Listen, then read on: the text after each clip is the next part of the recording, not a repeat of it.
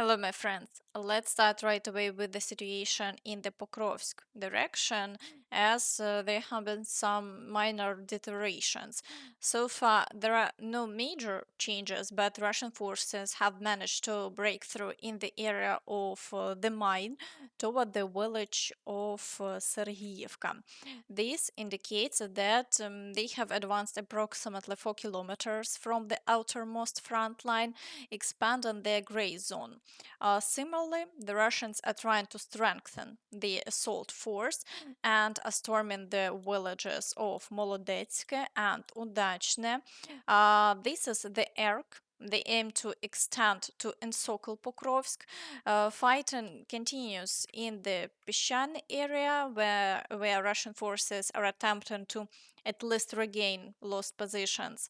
Battles are also ongoing near the villages of Promень and Yelizavetivka. The Russians are trying to break through near the highway, but there have been no changes over the past 24 hours. Although the situation remains extremely difficult, the Russians continue to deploy the largest number of reserves to this direction. In the Kurakhove direction, the situation continues to worsen. Russian forces are pressing on Kostyantynopil, trying to straighten the front line. The Ukrainian forces describe the situation as follows. Fierce fighting has begun for Kostyantynopil. The Russians are determined to capture it at any cost. Right now, they are steadily advancing from the east toward the village and have placed the only supply route under fire control. However, not all vehicles can reach the village because the Russians are using fiber optic guided drones to strike them. Pressure is also increasing on Rozlyv. If the Russians capture the village, they will be able to cut off supplies and evacuation routes from Kostyantynopil. That is why communication between units in both villages is critical. If one of them starts to fall, the situation will become even more dire. Attacks continue north of Andreevka with fighting for the outskirts of the western part. So far, there is no good news in this area. In the area of Velyka Novosilka, Russian activity has somewhat decreased. They are trying to advance toward the village of Burlatske and Ashalan Novopil, but there have been no changes over the past 24 hours. However, reports indicate that Russian forces are already attempting to break through to the village of Skudne. The Russians have begun fighting for Skudne and are attempting to storm Dniproenergia. They are probing for weak points in our defense and fortifications, some of which were built a long time ago. However, this will not affect the effectiveness of fiber optic guided drones. The Russians' goal is to breach all defensive lines in this sector. Their strategic objective is to reach the borders of the Dnipropetrovsk region from the south. Currently, the Russians are tasked with advancing toward Burlatske and Privilne and pushing from Novosilka into the village of Vilne Pole. By doing so, they aim to seize territory where the first defensive fortifications are located. Let me tell you a little secret. Many in the high command don't fully understand what is happening here or what the Russians' intentions are. Some commanders are so exhausted from their positions that they no longer grasp the reality of the situation. As we can see, the same patterns continue to repeat. This direction is now under the command of Drapati, but it seems that some commanders don't want Ukraine to win, and so we have the situation we have. In the Zaporizhzhia direction, the Russians continue the assaults on the villages of Sherbaki and Pyatikhatke. There have been no changes in the past 24 hours, but activity remains ongoing. In the Kherson direction, Russian forces haven't launched any new assaults. There have been no changes over the past 24 hours, with only ongoing shelling. Now let's move on to the situation in the Toretsk direction. The Russians are attempting to advance along a broad front, storming Shcherbynivka and trying to push forward in the Skudne area. Fighting is also ongoing near Krimsk and Velyka. If we look at the geolocation map, it's clear that Russian forces are using drones and artillery extensively across the entire area, all the way to Kostyantynivka. They are planning to launch an assault on this sector soon. However, the area is quite large, and we understand that a rapid advance toward Kostyantynivka will not be possible for them, especially since there is also a defensive line surrounding the city. As a result, Russian forces continue to be steadily eliminated. In the Chasiv Yar direction, Russian forces are unable to advance further into the central part of the city, so they heavily shelled the entire area. Strikes on Kostyantynivka and Slovyansk also continue, but there have been no changes along the front line in the past 24 hours.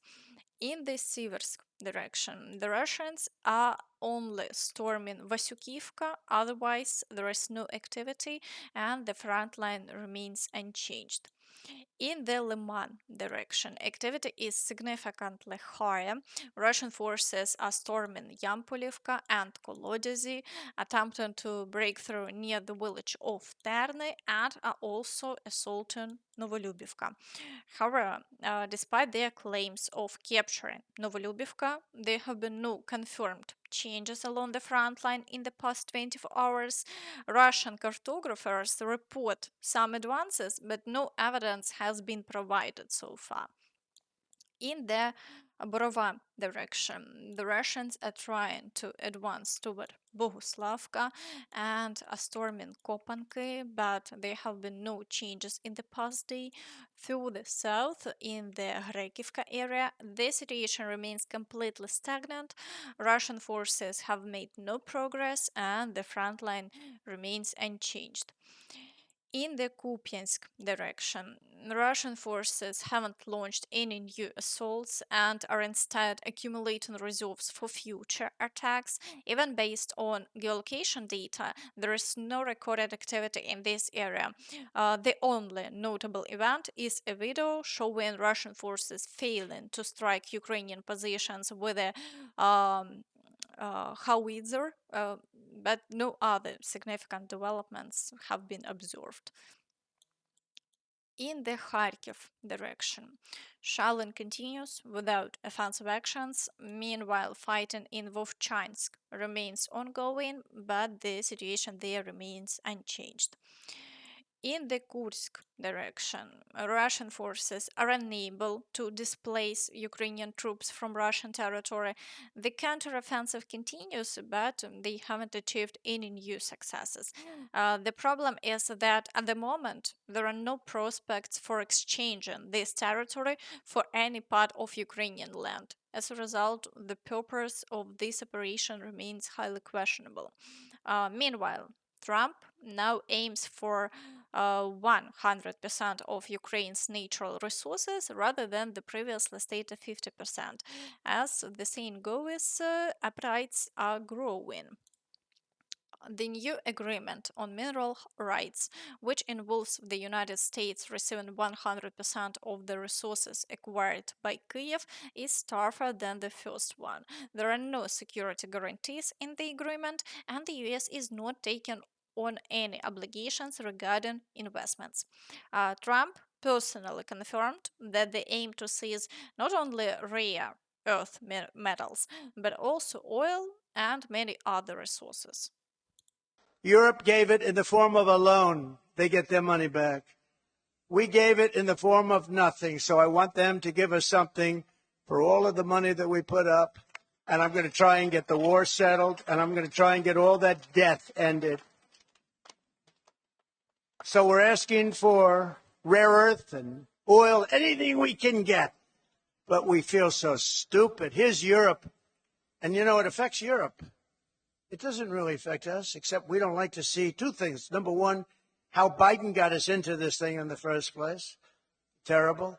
But why is it that he didn't ask for equalization? Europe should put up more money than us. But even if you said the same thing, How come we went so far out front? And he didn't know that Europe gets his money back. They did it in the form of a loan. We don't get our money back.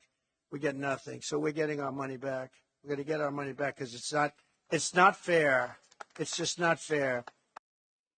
In general, Trump seems to have forgotten that they were actually supposed to protect a country attacked by Russia, but in fact, it became just another business project.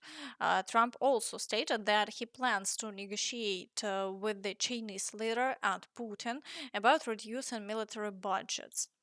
Trump intends to discuss with Xi and Putin the possibility of halving the military budget of their countries. The first meetings I want to have with the President Xi from China and with Putin from Russia, I'll say let's cut the military budget in half and we'll be able to. I'm sure we can make it happen. It was previously reported that Defense Secretary Pete Hegseth ordered the military to prepare plans for a radical budget reduction over the next 5 years. And that's all from me. So please, don't forget to like this video, subscribe to the channel, and hit the notification bell to stay updated on all the latest news. Thank you for watching and see you next time. Bye bye.